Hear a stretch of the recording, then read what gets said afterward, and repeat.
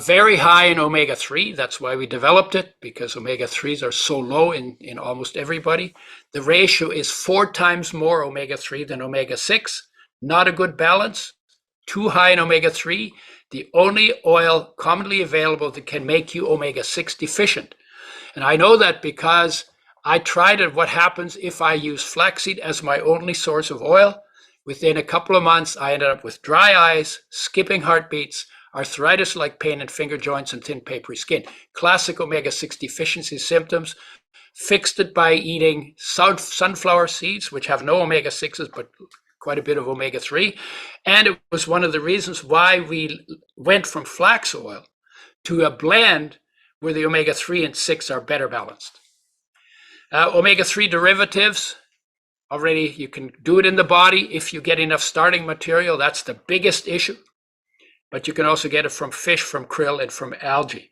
Most of the algae and fish oils are highly processed, and that's a problem because fish oils are 25 times more sensitive to damage, or 5 times more sensitive to damage than alpha-linolenic acid. So lots of damage done to that. Conversion to EPA, 5 to 10% in men and women both. 5 to 10% conversion to DHA in women. That's important for them, and it's estrogen based because they need DHA to make the brain of the child, and it's lower in men because men never get pregnant. But there are a lot of different studies that come up with a lot of different numbers, and you then have to ask why so many different numbers, and we'll get to that in a second. Brain turnover is very small, 2.4 to 3.8 milligrams per day. So even 1 gram, you'd need less than 0.5% conversion to get all the DHA you need in your brain. So a very small amount of conversion goes a long way. And the rate of conversion is affected by a whole bunch of factors. And here are the factors. Most important, not enough starting material, not enough ALA. 99% of the population has that problem. Widespread lack of vitamins and minerals required for the conversion. Vitamin C, 41% of the population gets less than 60 milligrams. The optimum is probably 500 milligrams. B3, a third of the population doesn't get enough. B6, 80%, not enough. Vitamin D, somewhere between 68 and 82%. Mineral, zinc, 50 to 60% of the population doesn't get enough zinc. And 80% of the population doesn't get enough magnesium. And all of them are required in the conversion of ALA to EPA, DPA, and DHA. All of them. So that's a big deal. Then there's widespread excess of sugar, starch, saturated fats, trial specifically monounsaturated fats, trans fats, including CLA, which is 70% trans fats, and too much omega-6. Those all interfere with conversion. I'm getting somebody talking over me here. I don't know where that's coming from. In a unique gene. Thank you. Okay, and I'm not done yet. And then lack of probiotics, because probiotics seem to help in conversion. Damaged omega-3 molecules will interfere. For this study are adults. Toxic and unnatural molecules will slow it down, and drugs like glucocorticoids will slow it down, and maybe other drugs too. I'm getting that for a subtype of ependymoma. Somebody's talking over me again, and please change the slide. The cancer chemotherapy treatment that we are testing in this clinical trial. Can you turn off the override here? Thank you. Many conditions, overweight, obesity, diabetes, cardiovascular disease seems to be a correlation with poor conversion. Women convert more better than men. I've already said that.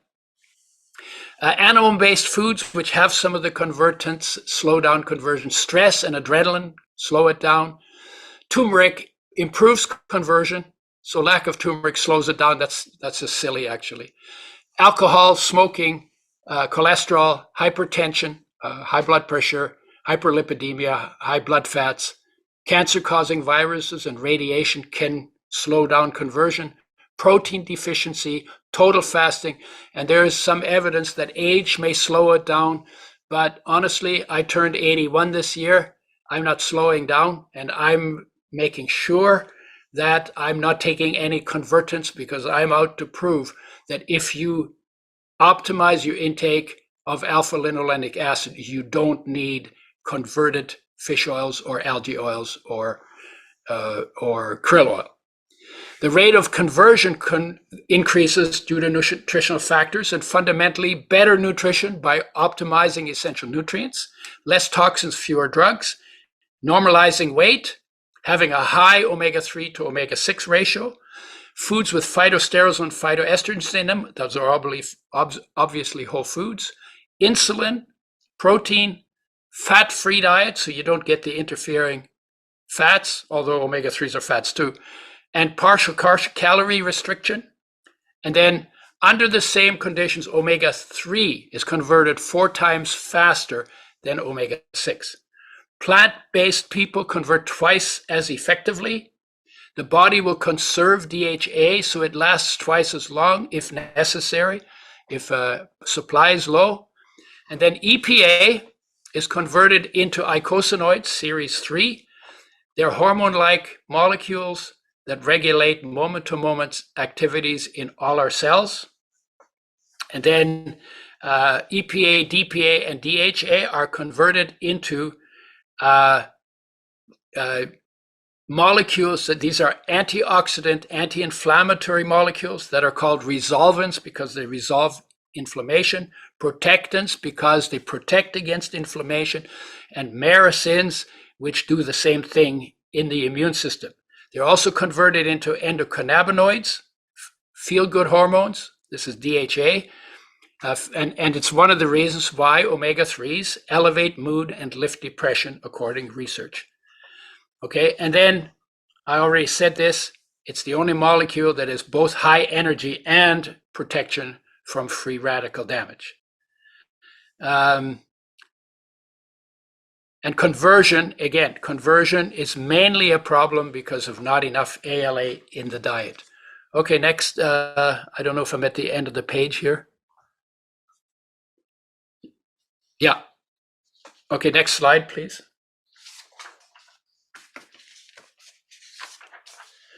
Okay, now omega-6, also required by every cell. Linoleic acid, necessary for cell membrane function, necessary for brain function, nervous system, necessary for healthy skin along with omega-3, used for anti-inflammatory functions in the body, but also used for inflammatory functions in the body that are important in healing. So when people say don't use omega-6s because they cause inflammation, no. Inflammation is important in healing function. You need that.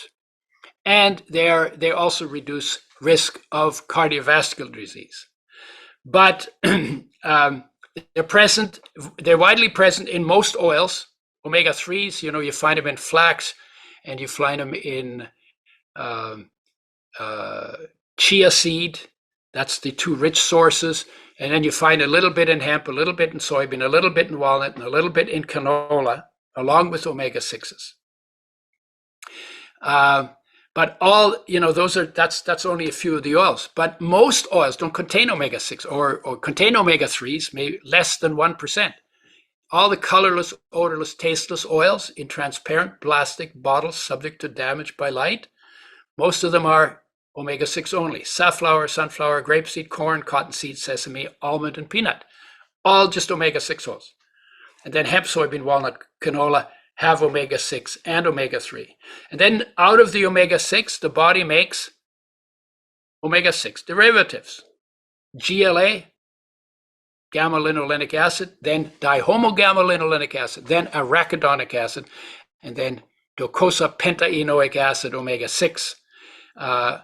And omega-6s are important in acute inflammation for healing, but if you're getting chronic inflammation, that's due to the damage done to the omega-6s by the processing of industry, or the pesticides, or the plastic, or the damage you do by food preparation, or by other toxic molecules, or lack of omega-3s. Chronic inflammation it's not the omega-6s that are the cause of that.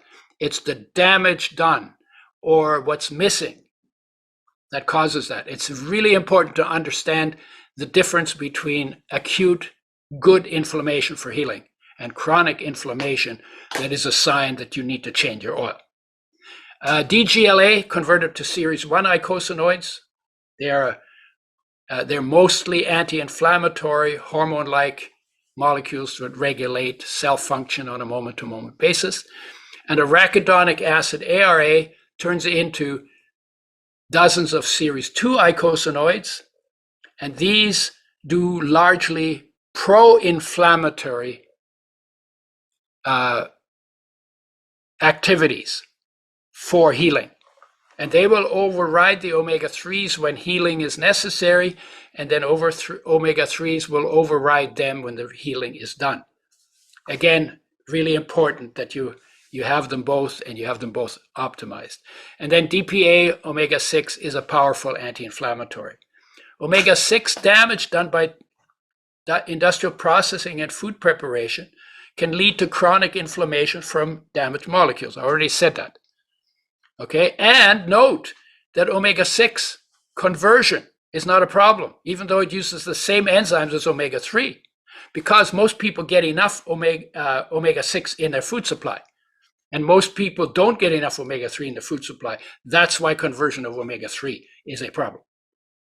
Not because they can't convert, but because they're not getting the starting material. Next slide.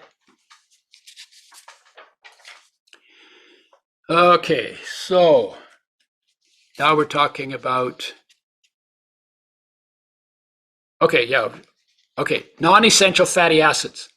They're not essential because they can be made in the body from sugar, starch, and protein. That's why they're not essential. Anything you can make out of something else in your body is not essential. And that includes monounsaturated. They're mostly fuel and used in cell membrane structures. And olive oil and avocado are two well-known sources. Avocado oil, unfortunately, has no standards for production, which is also true for grapeseed omega-6 oil. So I do not recommend either of those oils because they don't have standards. Extra virgin olive oil is not damaged by processing, but there's a lot of cheating going on because olive oil is being diluted with cheaper oils. And the reason is that olive trees grow really fast and the demand for extra virgin oil has grown very rapidly. Olive oils grow really slow. And extra virgin olive oil demand has grown really fast. And so what's a crooked merchant to do? You get the olive oil that you have and you dilute it and you make it something else. How do you know? The way I do it is I look in my fridge. If the olive oil in my fridge goes hard, it hasn't been adulterated. If it stays liquid, not so sure. If it doesn't at least form some little crystals inside, they look like little snowflakes in the oil.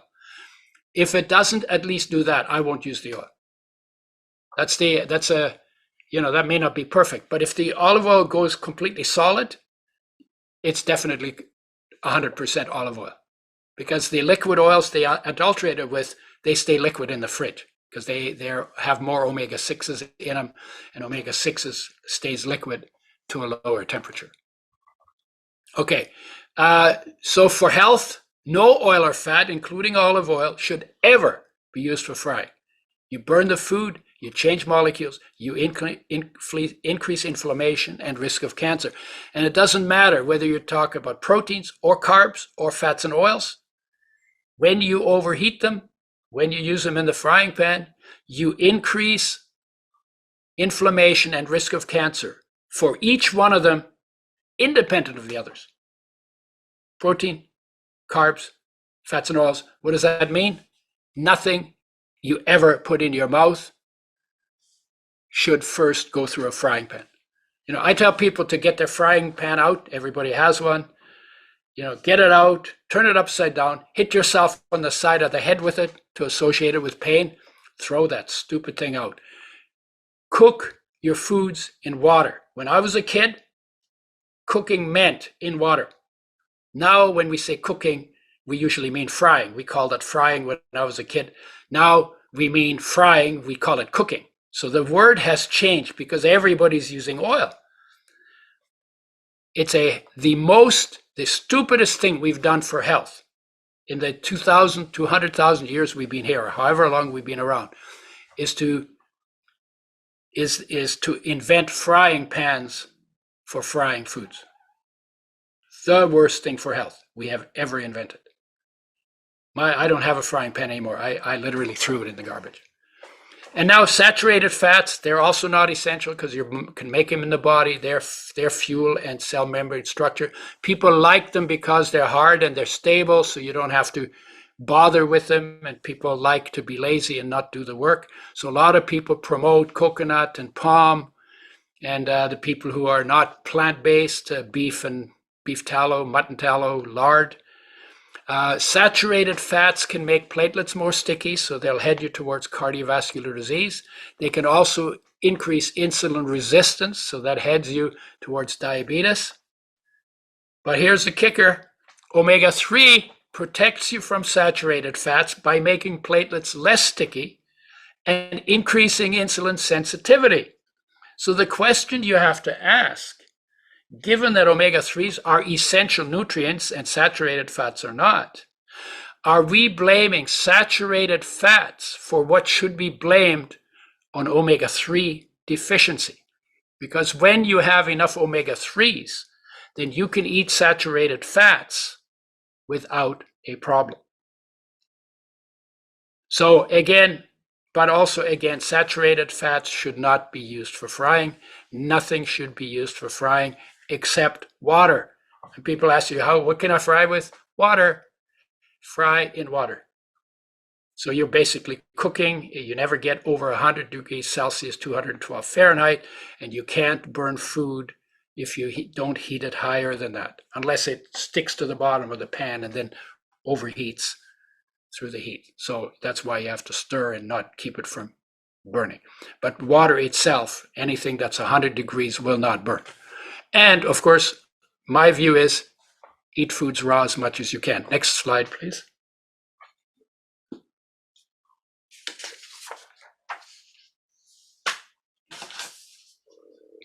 Okay, so this one is, the question came up, and it's come up many times. Obviously, I've been at this for 40 years. I get the same questions over and over.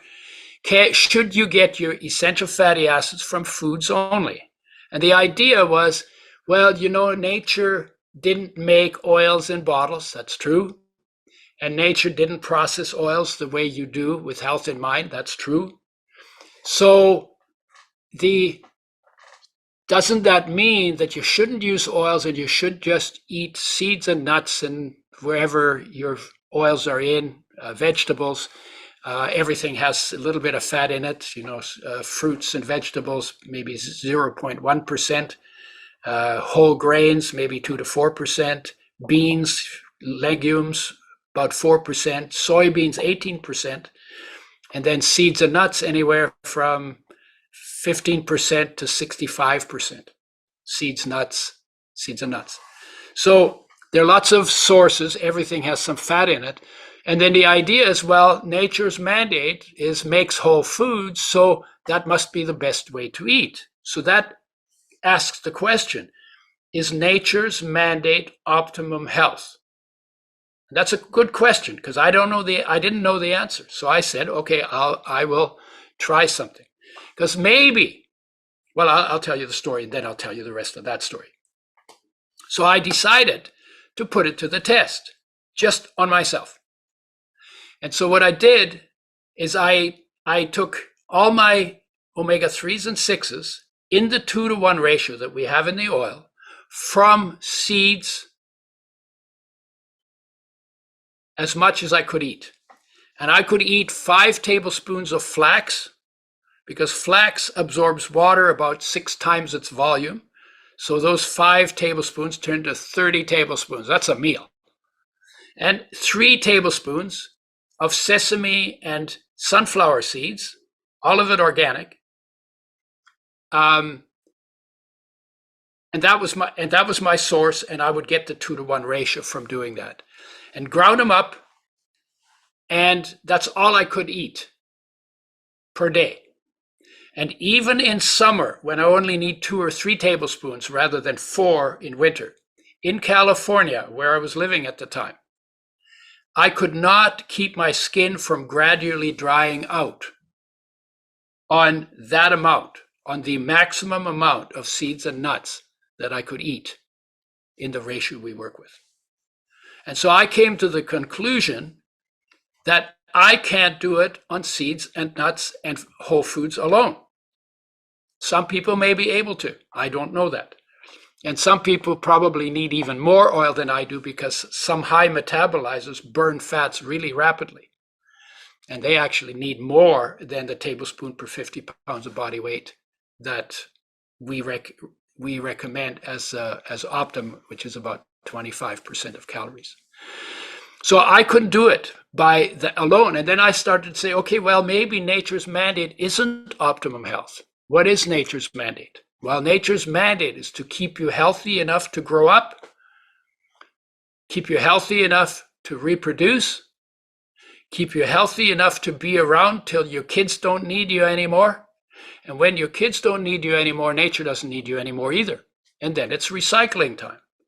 Yeah, but that might happen by the time you're 45 or 50.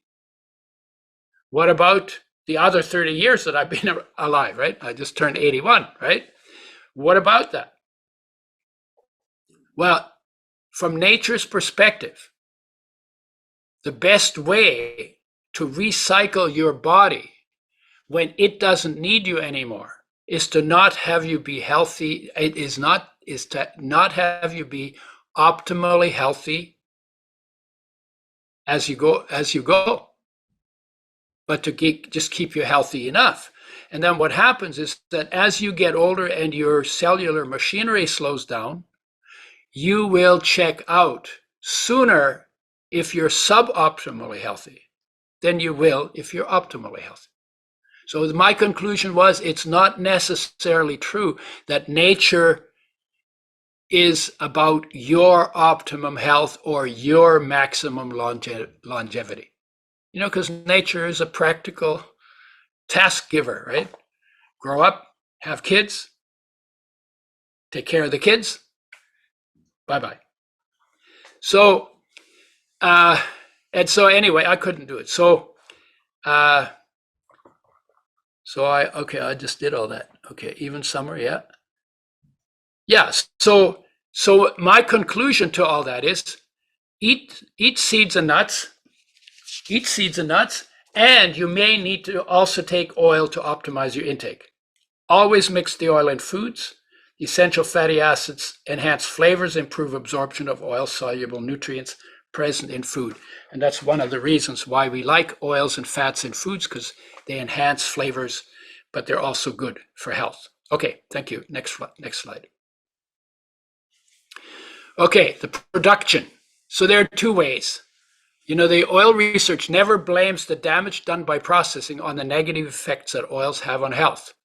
This is a key issue that needs airtime, and I don't know how it's going to get airtime. It's pretty good at keeping that unknown. In fact, they've buried some of the journals that I used to read in the 80s. They're gone, and some of the information was information that was researched at that time, and even the books that the oil chemists use. There's a Bailey's Oil and Fats Products is one of the books. They changed the books and wrote out some of the information that makes oils and oil production look bad. So here's how the goal of shelf life makes a mess. Start with organically grown seeds, so you got pesticides. Give it harsh chemical treatment to make colorless, odorless, tasteless oils. You do partial damage. They're called RBD oils, refined, bleached, deodorized oils. And to make them, they're treated with sodium hydroxide, which is a very corrosive base. Phosphoric acid is a very corrosive acid. Bleach or bleaching clays, that turn oil rancid, and then to get rid of the rancidity that makes the oil smell bad, they distill wiped film, evaporate, or molecularly distill the oil. That means they boil the oil and you get partially damaged. There's the 0.5 to 1%. And you remove the protective antioxidant and anti-inflammatory molecules, so you lose your spark control molecules because they take them out of the oil. There's like white sugar, white flour, and I call these, the colorless, odorless, tasteless oils, white oils, because you have the fuel, but you have all of the spark control has been removed. That's not what we do, but that's what the mainstream industry does. There's chemical residues left in the oil. And then we've already talked about the damage done to the molecules, 60 quintillion, a 6 followed by 19 zeros. If the oil is 1% damaged, that's what you get in 1 tablespoon. More than 10 different kinds of damaged molecules. Omega-3 molecules are 5 times more easily damaged, so you could expect that if the oil had a lot of omega-3s in it, you would get more than 1% damage. And nobody wants to work with the omega-3 oils for the reason of their sensitivity. And so then, you get all that, and you have all that in a tablespoon. You multiply it by 2 to 4. That's how many tablespoons a day you take. Then if you fry it, you got to multiply it by another 3 to 6 times.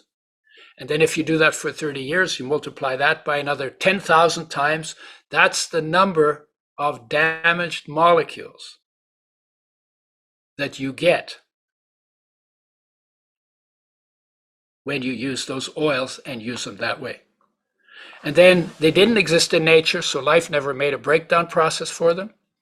The problems increase with time because we don't have a good way of getting rid of it. Mostly the shedding of the lining of the inside of the digestive tract and shedding skin is the way they're removed.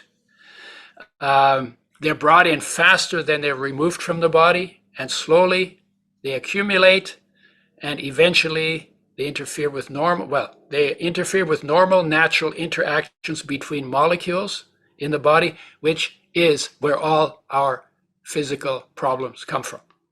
Interference, either blocking or sidetracking or derailing or interfering with normal natural interactions between normal natural molecules in the body. There's where disease begins. And then the containers, I've already talked about that. Light damages the oil in the clear, transparent bottles, and 1 photon will kick an electron out of orbit, create a free radical. That free radical then goes and steals another electron because they like to be in pairs. Bachelor electrons, they like to be in pairs. So it steals it from another pair, and then that one is a bachelor, and then it steals it from another pair. And on average, a photon that creates a free radical would go through 30,000 free radical reaction before it settles down. So there's research on that. That's all been done. Okay, so we know about that, and frying is the most damaging thing we've ever invented. And inflammation and cancer research studies ignore the damage done to health that results from the damage done to oils by processing. I have never seen that reported in a study on oils that talked about how oils affect physical health and disease conditions. I have never seen it pointed out in any article like that. I have read a hell of a lot of them, ever. But there was studies done on the damage done to oils. And that was in the old journals in the 80s. I think the journal was called Lipids at the time. And they laid all that out and they measured at least some of the damaged molecules. I don't think they knew all the different kinds of damaged molecules. But there was good information that said, yeah, 0.5 to 1% of the oil is damaged by the processing. So that's the numbers I'm using. Okay, next slide.